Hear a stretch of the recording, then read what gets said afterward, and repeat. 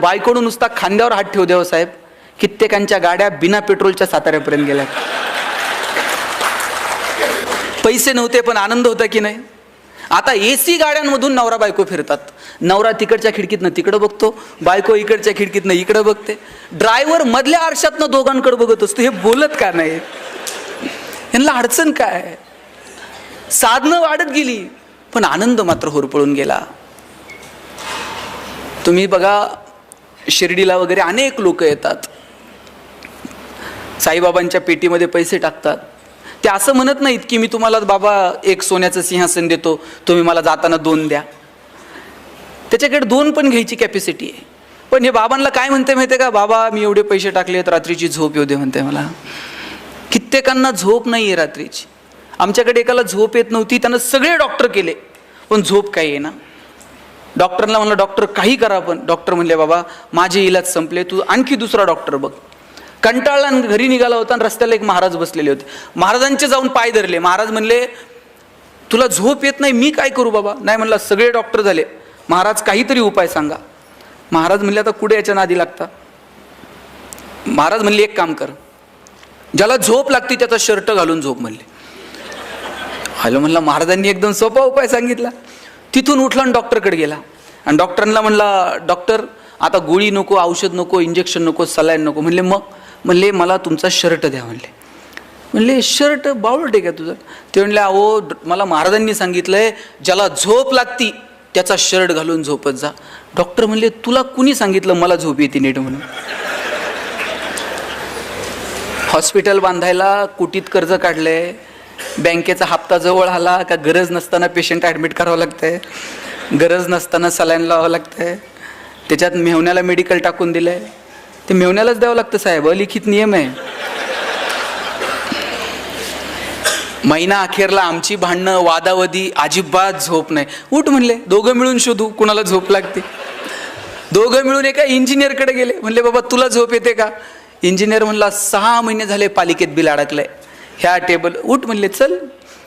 25 जण गोळा झाले पण एकाला सुद्धा झोप लागत नव्हती. शेवटी एका पुढाऱ्याकडे गेले. म्हणले बाबा तुला तर लागत असेल, आता आमचं दुखणं काय सांगायचं आहे म्हटला कधी कोण मुख्यमंत्री बदलल आणि कधी कोण सत्तेवर येईल आणि कधी कोण गुवाहाटीला जाईल आणि कधी कोणाला तिकीट मिळेल, काही सांगू शकत नाही म्हटला. सगळं काहीच शाश्वत नाही. आमच्या इतकं तर दुःखी आणि संकटात कोण नाही म्हटले. त्यांनी मग साहेब एक करा, तुम्ही आमच्यासोबत चला, आपण शोधू कोणाला झोप लागते. 25 जण गोळा झाले पण एकाला सुद्धा झोप लागत नव्हती. शेवटी सगळेजण दमले आणि एका शेताच्या बांधावर जाऊन बसले. म्हणले जरा दम खाऊ आणि संध्याकाळी परत शोधाशोध सुरू करू. एक शेतकरी नांगरत होता, धोतर गुंडाळलेलं, अंगात शर्ट नाही, घामाघूम झालेला. नांगरून झालं, बैला आंब्याला नेऊन बांधली, पळत पळत गेला, विहिरीत उडी मारली, बाहेर आला, अंग पुसलं, बायकोनं दिलेलं गाठोडं सोडलं, 2 भाकरी दुधात चुरून खाल्ल्या, पायातली चप्पल उशाला घेतली आणि 1 मिनिटात घोरायला लागला. हे 25 जण म्हणले सापडला की ज्याला झोप लागते म्हणून. यांनी असा गदा गदा हलून उठवला. म्हणले अशीच झोप लागती? शेतकरी म्हणला आजच शेड्यूल आहे म्हणला आपला. संध्याकाळी म्हणला सूर्य उतरायला खाली उशीर, वजभर गवत कापलं, घेऊन गेले, जनावराला खाऊ घातलं, सगळं म्हणला एकदम ओके. तुम्ही ते ओके तिकडे नेऊ नका. हे 25 जण म्हणले आमच्यावर एक उपकार करशील? म्हणले काय? म्हणले आम्हाला 25 जणांना तुझा एक शर्ट देशील का? हे हसायला लागलं. म्हणला 25 जणांना एक आणि माझ्याकडे नुसता एक असता असा उघडा नांगरीत बसलो असतोय काय? म्हणला काल शर्ट म्हणला अवताला गुतला, अजून शिवला नाही, एक शर्ट नाही तुम्हाला 25. किती कौतुक आहे हो. देवानं काय वागावं आपल्यासोबत. ज्याच्याकडे ढिगानं शर्ट आहे त्याला रात्रीची झोप नाही आणि ज्याच्याकडे एक शर्ट नाही ते दगड उशाला घेतलं तरी झोपतंय. सुख आनंद या संकल्पना निवळ पैशांशी संबंधित नाहीत. पैसे कमवा पण त्याचा आनंद घ्या, त्याचा उपभोग घ्या. आपल्या हातामध्ये देण्याची दानत असायला हवी. विंदा करंदीकरांची खूप सुंदर कविता आहे. देणाऱ्यानं देत जावं, घेणाऱ्यानं घेत जावं आणि घेता घेता एक दिवस देणाऱ्याचे हात घ्यावेत, म्हणजे असे कोपरापासून तोडून नाही घ्यायचे, तर त्याच्यामध्ये जी देण्याची दानत आहे ती थोडी तरी आमच्यामध्ये यावी. हिरव्या पिवळ्या डोंगरांकडून हिरवी पिवळी शाल घ्यावी, सह्याद्रीच्या कड्याकडून छातीसाठी ढाल घ्यावी, वेड्यापिच्या ढगांकडून वेडेपिसे आकार घ्यावेत, मातीमधल्या प्रश्नासाठी पृथ्वीकडून हुंकार घ्यावेत, उसळलेल्या दर्याकडून पिसळलेली आयाळ घ्यावी आणि शांत वाहणाऱ्या भीमेकडून तुकोबाची माळ घ्यावी. देणाऱ्यानं देत जावं, घेणाऱ्यानं घेत जावं आणि घेता घेता एक दिवस देणाऱ्याचे हात घ्यावेत. माझा दावा आहे, तुम्ही जेवढं समाजाला द्याल त्याच्या हजारो लाखो पटीनं हा निसर्ग तुम्हाला परत करत असतो. पण ती देण्याची दानत तुमच्यामध्ये असली पाहिजे. निसर्ग इतका समृद्ध, एक दाना पेरला तर त्याचे 1000 दाणे उगवतात. तुमचं उसनं ठेवायला निसर्ग इतका वेडा नाहीये. तुम्ही जेवढं द्याल समाजाला त्याच्या हजारो लाखो पटीनं हा निसर्ग तुम्हाला परत करतो.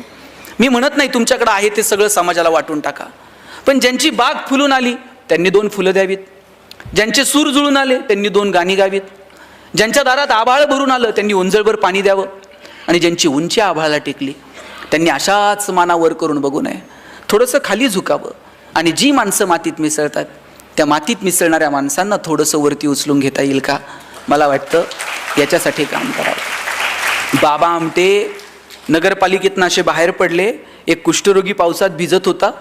त्या पावसात भिजणाऱ्या कुष्ठरोग्याला उचलायला गेले आणि उचलता उचलता त्या कुष्ठरोग्याची बोटं तुटून आली बाबांच्या हातात.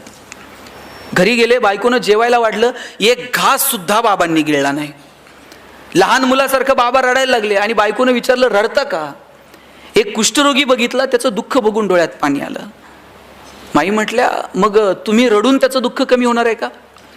चला दोघं जाऊ आणि त्याला घेऊन येऊ. दोघं नवरा बायको गेले, त्याला घेऊन आले आणि पाहता पाहता काट्याच्या वनात सुद्धा सुंदर आनंदोन उभं राहिलं. पण समाजाकडे पाहण्याची जी दृष्टी आहे ना, ती दृष्टी आपल्याकडे अपेक्षित आहे. हो, ती दृष्टी कशातनं मिळते? कुठलाही महागडा गॉगल लावून ती दृष्टी नाही मिळत, ती अंतर्मनातून प्रकट व्हावी लागते. ज्यावेळेस अर्जुनानं आग्रह केला कृष्णाला की विश्वरूप दाखव, त्यावेळेस कृष्ण तयार झाला हसत हसत की अर्जुना मी तुला विश्वरूप दाखवेल. अर्जुनालाही प्रश्न पडला की अरे राधा याच्या एवढी जवळची आहे, राधेला यानं विश्वरूप दाखवलं नाही. याच्या जवळच्या अनेक सवंगडी आहेत, अनेक गोप गोपिका आहेत, त्यांना कृष्णानं विश्वरूप दाखवलं नाही. आणि मग विश्वरूप दाखवण्यासाठी अर्जुनाची निवड झाली. याच्यापेक्षा आणखी काय असावं? अर्जुन खुश झाला. ज्ञानोबांनी ज्ञानेश्वरीमध्ये इतकं सुंदर वर्णन केलंय, वासराला जर पाना द्यायला गाय लागली तर मध्ये तिला थांबवता येत नाही तिचा पाना. अगदी तशीच परिस्थिती कृष्णाची आणि अर्जुनाची झालेली असावी. कृष्ण अर्जुनाला इतकं भरभरून ज्ञान देत होता आणि त्यात अर्जुनानं विचारलं आता विश्वरूप दाखव. कृष्णाला थांबता आलं नाही आणि कृष्ण म्हटला, अर्जुना बघ हे विश्वरूप. आणि विश्वरूप तुला दिसतंय का? असं ज्या वेळेस कृष्णानं अर्जुनाला विचारलं त्यावेळेस कृष्ण म्हटला, देवा तू विश्वरूप दाखवायचा प्रयत्न केला, पण ते पाहावं ती दृष्टी मला दिलेली नाही. कृष्ण म्हटला, अरे तुला सांगण्याच्या ओघात मी इतका भारावून गेलो की तुला ती दृष्टीच द्यायची विसरलो. कृष्णानं अर्जुनाला ती दृष्टी देऊ केली आणि मग त्याला विश्वरूप पाहायला मिळालं. भगवंतानं माणूस म्हणून जन्माला घातलं, देण्यासाठी 2 हात दिले, पण त्याच्यासाठी लागणारी दृष्टी ही आपल्याला कमवावी लागेल. ती अंतर्मनातून, ती संस्कारातून येणाऱ्या पिढीला द्यावी लागेल. ती देण्याची जबाबदारी आईबाप म्हणून, ती देण्याची जबाबदारी समाजातला एक घटक म्हणून आपल्याला स्वीकारावी लागेल. अहो आपली जुनी पिढी अशी होती, ती सांगायची 1 तीळ 7 जणांनी खाल्ला. आणि आज आपण पोराला जर टिफिनमध्ये सँडविचचे 3 तुकडे दिले तर आई सांगते, हां तुझे तू खा, तू दुसऱ्याचं खायचं नाही, दुसऱ्याला तुझं द्यायचं नाही, आणि उरले तर घरी घेऊन ये, वाटत बसू नको वेंधळ्यासारखं. काय करायचं पुढच्या पिढीनं नेमकं? तुम्ही ते गाणं म्हटलंत का, एरे एरे पावसा? माहीत आहे तुम्हाला? माहीत आहे का नाही? आणि काय गाणं होतं? Array array array array array array. आवाज हळूहळू कमी का होत चालला? बरोबर म्हणताय तुम्ही.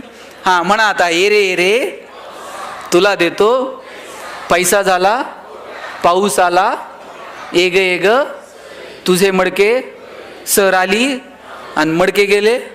किती हुशार आहेत तुम्ही सगळेजण.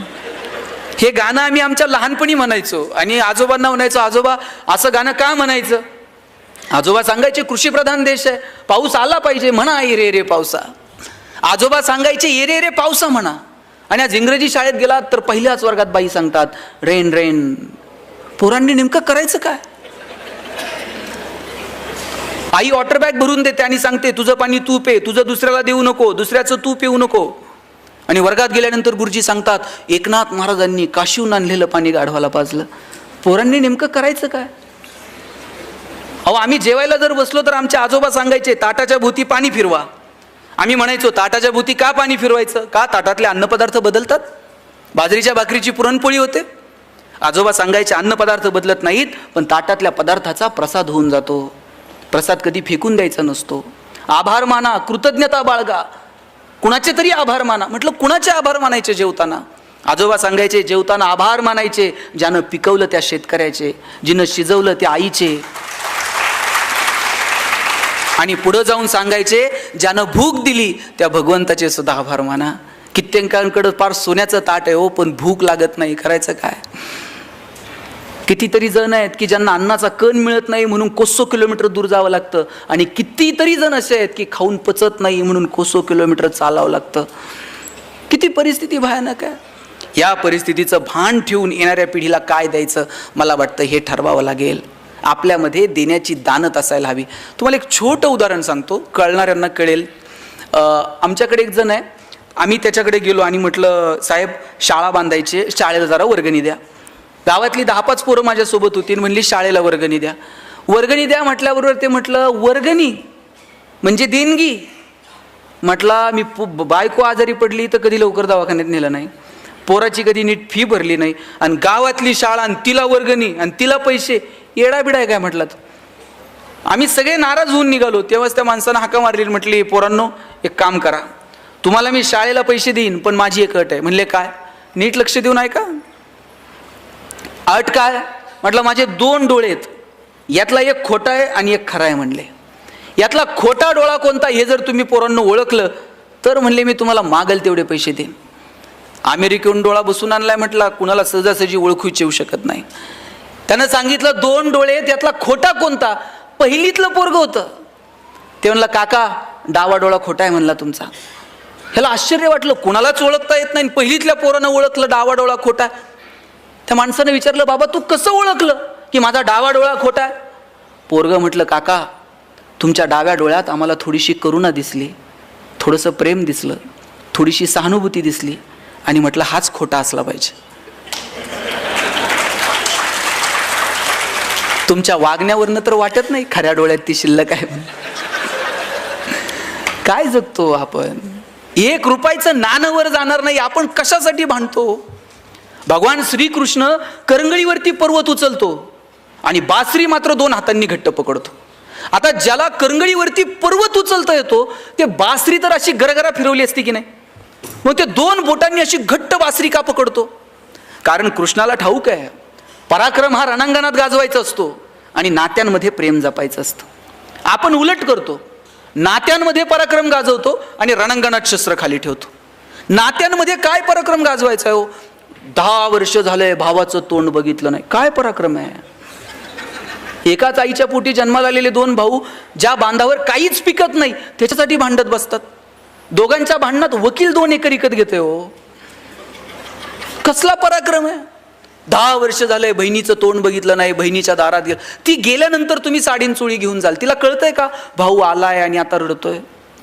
नात्यांमध्ये पराक्रम नसतो गाजवायचा, नात्यांमध्ये प्रेम द्यायचं असतं आणि रणांगण गाजवायला पराक्रम रणांगणात गाजवायचं असतो. आपण उलट करायला लागलो, नात्यांमधली मजा हरवून गेली आणि आपण इकडे तिकडे साधनांमध्ये मजा शोधायला लागलो. माझं सांगणं आहे, मी जास्त वेळ आपला घेत नाही, पण एक सांगतो की आयुष्य खूप सुंदर आहे. छोट्या छोट्या गोष्टींचा आनंद घ्या. आपल्या प्रत्येकात काहीतरी वेगळेपण आहे, ते वेगळेपण आपल्याला ओळखता आलं पाहिजे. छोट्या छोट्या मगाशी कुणीतरी सांगितलं की संकटांना घाबरू नका.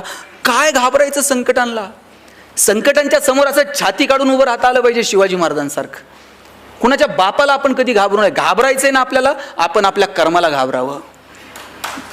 इतर कुणाला घाबरण्याची काय गरज आहे? आपण आपल्या कर्माला घाबरावं की अरे माझ्या हातनं हे चुकीचं घडतंय. लक्षात ठेवा, चेंडू जसा भिंतीवर मारताना तसाच मागे येतो. तुम्ही जे पेरणार आहात ते उगवणार आहे. गहू पेरून कधी ज्वारी उगवत नाही. तुम्ही जे कर्म करणार त्याची फळं तुम्हाला इथंच फेडायची आहेत. म्हणून घाबरावं तर कर्मांना घाबरावं. काय द्यायचं समाजाला ते ठरवा, कसं जगायचं ते ठरवूयात. कधीतरी अंतर्मनात डोकावून स्वतःचा कधीतरी विचार करूया. आम्ही तो विचार करणं जेव्हा सोडून दिलं ना, तेव्हापासून आयुष्यातली मजा हरवून गेली. म्हणून या कार्यक्रमाच्या निमित्तानं मला आपल्या सगळ्यांना आवर्जून सांगायचं आहे की आपण काय करायचं ते ठरवून घेऊया.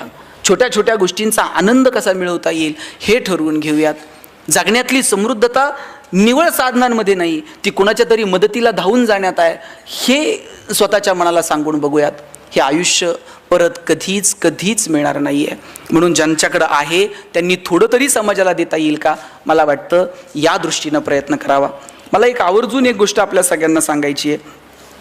बघा, मी का असं म्हणतो की आपल्याकडे जे आहे ते इतरांना देता यावं, कारण या जगाचा नियम आहे की आपल्याला इथून काहीच घेऊन जाता येणार नाही आहे. मी माझ्या वडिलांना विचारलं होतं की जगणं कशानं सुंदर होईल. वडील म्हटले होते, तू यादी कर की आत्तापर्यंत तुला किती लोकांनी मदत केली.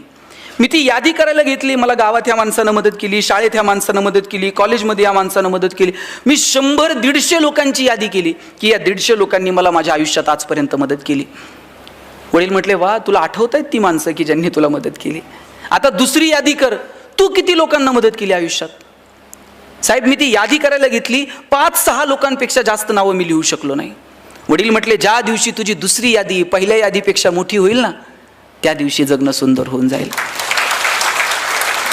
आपण किती लोकांचं जगणं सुंदर करू शकलो, किती लोकांना ताकद देऊ शकलो. म्हणून संकटांच्या समोर गडबडीत व्हायचं नाही. जितक्या लोकांना मदत करता येईल तितक्या लोकांना मदत करावी. कुणी संकटात आहे, कुणी अडचणीत आहे, त्याला धावून जाता येईल का. आणि प्रत्येक वेळेस पैसेच लागतात मदतीला असं नाही आहे. कधीतरी एखादं चांगलं काम करतोय ना, त्याच्या पाठीवर थाप मारा आणि त्याला सांगा, वा, छान काम करतोय, आम्ही आहोत तुझ्यासोबत. एवढं म्हटलात ना तरी त्या माणसाला 10 हत्तीचं बळ येतो काम करायला. म्हणून संकटांच्या समोर गडबडीत होऊ नका. शिवाजी महाराज मिर्झाराजेसोबत तह झाला, एक किल्ला मिर्झाराजेला द्यावा लागला. आणि नुसते किल्ले देऊन थांबले नाही, औरंगजेबाला भेटायला जावं लागलो. बरं, राजे एकटे गेले नाहीत, एवढ्याशा संभाजीराजाला सोबत घेऊन गेले. एखादा बाप म्हटला असता, मी संकटात चाललोय, लेकराला का नेऊ, पण घेऊन गेले संभाजीराजांना सोबत. मग मधला जो प्रवास आहे आग्र्यापर्यंतचा ताई, त्या प्रवासामध्ये शिवाजीराजांचं आणि संभाजीराजांचं काहीतरी बोलणं झालं असेल की नाही. काय बोलले असतील शिवाजीराजे संभाजीराजांना. स्विस बँकेत आपलं अकाउंट आहे, पासवर्ड सांगतो. काय बोलले काय असतील. शिवाजीराजांनी सांगितलं असेल, शंभूराजे, आतापर्यंत तुम्ही जिंकणं बघितलं, आतापर्यंत तुम्ही यश बघितलं, आयुष्यातला संघर्ष सुद्धा जवळून बघा, चला माझ्यासोबत. घेऊन गेले. तिथं गेल्यानंतर औरंगजेबाने एक हत्ती भेट म्हणून दिला संभाजीराजांना. आणि थोडीशी गंमत करावी म्हणून दिलेर खान म्हटला, शंभूराजे, आप इतने छोटे हो और हाथी इतना बड़ा है, इस हाथी को आप महाराष्ट्र में कैसे ले जाओगे. एवढासा संभाजी राजा दिलेर खानाच्या डोळ्यात डोळे घालून सांगतो, ये तो जानवर है, बैठ कर जाएंगे, नहीं आया तो खींच कर ले जाएंगे, लेकिन हमारे आबा साहब ने जो आपको किले दिए हैं वो तो अभी महाराष्ट्र में है, उन्हें आप आगरा कैसे ले आओगे. एवढासा संभाजी राजा पण माहित होता, आत्ता तहात दिलेत आणि मग घेऊ की परत एक एक, त्यात काय असतंय. दत्ताजी शिंदेच्या मानेवर तलवार ठेवली होती आणि विचारलं, क्यों पटेल और लढोगे. आणि त्याही अवस्थेत दत्ताजी शिंदे म्हटला, क्यों नाही, बचेंगे तो और भी लढेंगे. संकटाच्या समोर असं उभं राहायचं ना, संकटाला वाटलं पाहिजे कुडून याच्या नादाला लागलो. आणि प्रत्येक वेळेस संकटाशी 2 हात केलेत पाहिजे असं नाही. डोंगर पोखरत बसू नका हो, कधी कधी डोंगराला वळसा घालून निघून जा. प्रत्येक वेळेस संकटाच्या समोर भांडलंच पाहिजे असं नाही. कधीतरी दुर्लक्ष करा, कधीतरी मिश्किलपणे सामोरं जा. संकटाच्या समोर मिश्किलपणे सामोरं जाणं काय असतं ना, तुम्हाला एक गंमत सांगतो. तुम्हाला महमूद माहित आहे का. महमूदचे पिक्चर बघितलेत. आम्ही एक महमूदचा पिक्चर पाहिलेला. त्या महमूदच्या छातीवर एका गुंडानं बंदूक ठेवली होती. आता याच्यापेक्षा मोठं संकट काय असू शकतं. थेट गुंडानं तुमच्या छातीवर बंदूक ठेवली. त्या महमूदच्या छातीवर बंदूक ठेवली आणि विचारलं, बोल तेरी आखरी ख्वाहिश क्या है. छातीवर बंदूक आहे आणि विचारलं, बोल तेरी आखरी ख्वाहिश क्या है. महमूद म्हटलं, आखरी ख्वाहिश तेरी बंदूक मुझे दे दे म्हटलं. काय म्हणायचं याला. कधी कधी संकटाच्या समोर असं मिश्किलपणे सामोरं जाता आलं पाहिजे हो. म्हणून संकटांच्या समोर गडबडीत होऊ नका. छोटी संकट आहेत, वेळ निघून जाते. मगाशी मॅडमही बोलताना म्हटल्या, संकट कायम नाही आहेत, ती वेळ जाणार आहे, ती टळून जाणार आहे. पण तिच्या समोर सामर्थ्यपणे उभं राहण्याची ताकद आपल्यामध्ये असली पाहिजे. ती ताकद येणाऱ्या पिढीमध्ये निर्माण करा. त्या पिढीला वेळ द्या. सगळ्यात महत्त्वाचं म्हणजे येणाऱ्या पिढीला भरभरून वेळ द्या. मला अमिताभ बच्चनचा हेवा वाटतो. त्याची कंपनी कर्जाच्या याच्यात पूर्ण बुडून गेली होती हो. एखादा म्हटला असता की मी इतकं सुंदर करिअर केलं, एवढा छान, आणि परत मी शून्यातनं स्वतःला उभं करायचं. गर्भगळीत झाला असता एखादा माणूस. पण हा तोच अमिताभ आहे ज्या अमिताभला आकाशवाणीमध्ये तुझा आवाज चांगला नाही म्हणून नोकरी नाकारली होती. हिरोईन त्याच्यासोबत काम करायला तयार नव्हत्या, म्हणायच्या तू खूप लंबू आहे, तुझ्यासमोर आम्ही बारीक दिसू, तुझ्यासोबत आम्ही काम करायला तयार नाही होत. त्या अमिताभनं स्वतःची बॉलिवूडमध्ये अशी काही उंची सेट केली, आता त्याला बॉलिवूडचा शहनशाह म्हणतात. कोरोनाच्या काळात कुणाचा आवाज ऐकायला येत नव्हता, पण फोन लावला का अमिताभचा आवाज ऐकायला यायचा. याच्यापेक्षा काय करिअर असते. आत्ताही तुम्ही टीव्ही लावून बघा, 5 मिनिटाला अमिताभ दिसतो. कोण बनेगा करोडपती मधून पैसे कमवायला सांगतो, कमवलेल्या पैशातून कल्याण ज्वेलर्समध्ये जाऊन सोनं खरेदी करायला सांगतो, सोनं खरेदी केल्यानंतर मुथूट फायनान्समध्ये ठेवून कर्ज काढायला सांगतो, कर्जाचे हप्ते नाही भरता आले तर ते नवरत्न तेल आहेच, थंडा थंडा कुल कुल. कुठं नाही अमिताभ, कुठं नाही हो. का का आम्ही हरायचं आणि का किती आदर्श तुमच्या माझ्या डोळ्यात. तुम्ही सचिन तेंडुलकरची उंची किती हो. उंचीनं कमी असणारा माणूस, पण सचिनला बाउन्सर खेळता येत नव्हता, हाईट कमी होती.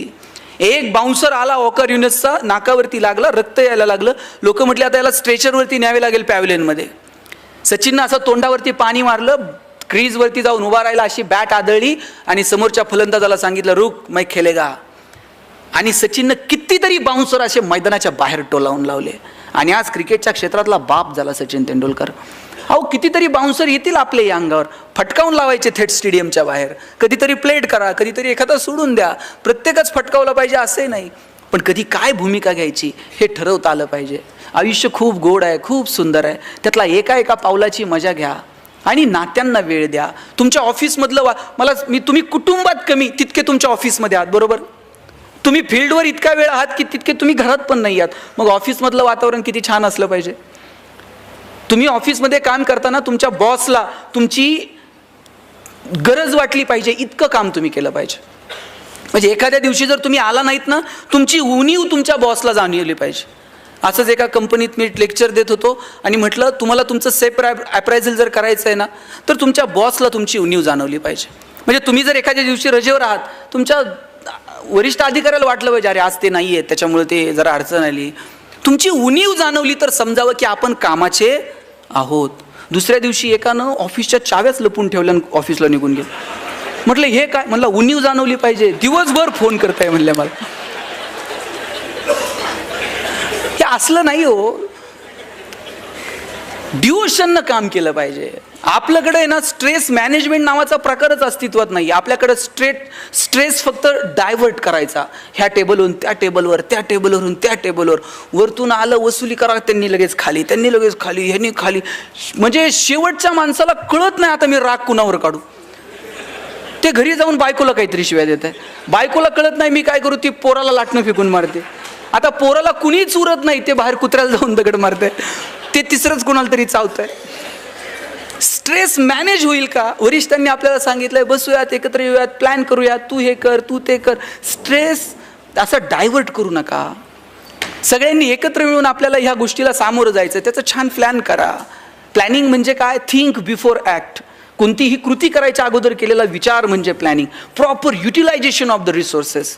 तुमच्याकडे जे रिसोर्सेस आहेत ते तुम्हाला प्रॉपर वेनं युटिलाइज करता येतील का त्याचा विचार करा. मग जगण्यात असो किंवा तुमच्या कामात असो.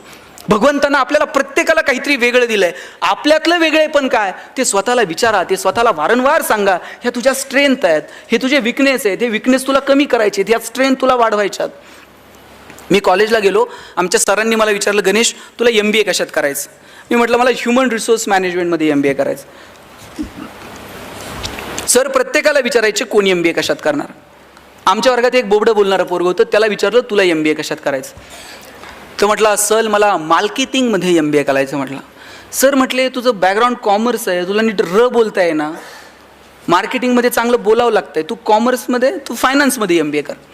वर्गात पोरगं उठून उभं राहिलं म्हणला असल कलनाल तर मार्केटिंगमध्ये MBA कलनाल नाही तर शिकणार नाही. म्हटलं आणि सर म्हणले तुला काय करायचं आहे ते कर, आपण परीक्षा घेऊयात, कुणामध्ये मार्केटिंगचं टॅलेंट आहे ते शोधूयात. आम्हाला सगळ्यांना 100 रामायणाच्या प्रती दिल्या आणि सांगितलं या रामायणाच्या प्रती बाजारात जाऊन विकून यायच्या. ज्याच्या सगळ्यात जास्त प्रती विकल्या जातील आपण समजूयात की याच्यामध्ये मार्केटिंगचं टॅलेंट आहे, त्यानं मार्केटिंगमध्ये MBA करावं. आता आम्हाला वाटलं आम्ही बोलणारी पोरं 100 रामायणाच्या प्रती तर अशा बाजारात जाऊन विकून येऊ. 8 दिवस आम्ही बाजारात फिरलो. 9व्या दिवशी वर्गात आलो. सरांनी विचारलं, गणेश 100 पैकी किती प्रती गेल्या? म्हणलं 4. राहुल 8, संतोष 10. मार्क मिळवणारी पोरं पण 20 पेक्षा जास्त प्रती कुणाच्याच गेल्या नाही. बोबडं बोलणारं पोरगं मागच्या वाकावर बसायचं. त्याला विचारलं, तुझ्या किती प्रती गेल्या रे? म्हणला, सल 100च्या 100 प्रती विकून आलो म्हटलं. आणि सर म्हणले, केलं काय? मार्केटिंगची कोणती स्ट्रॅटेजी, कोणतं रेफरन्स बुक? म्हणला, काहीच नाही.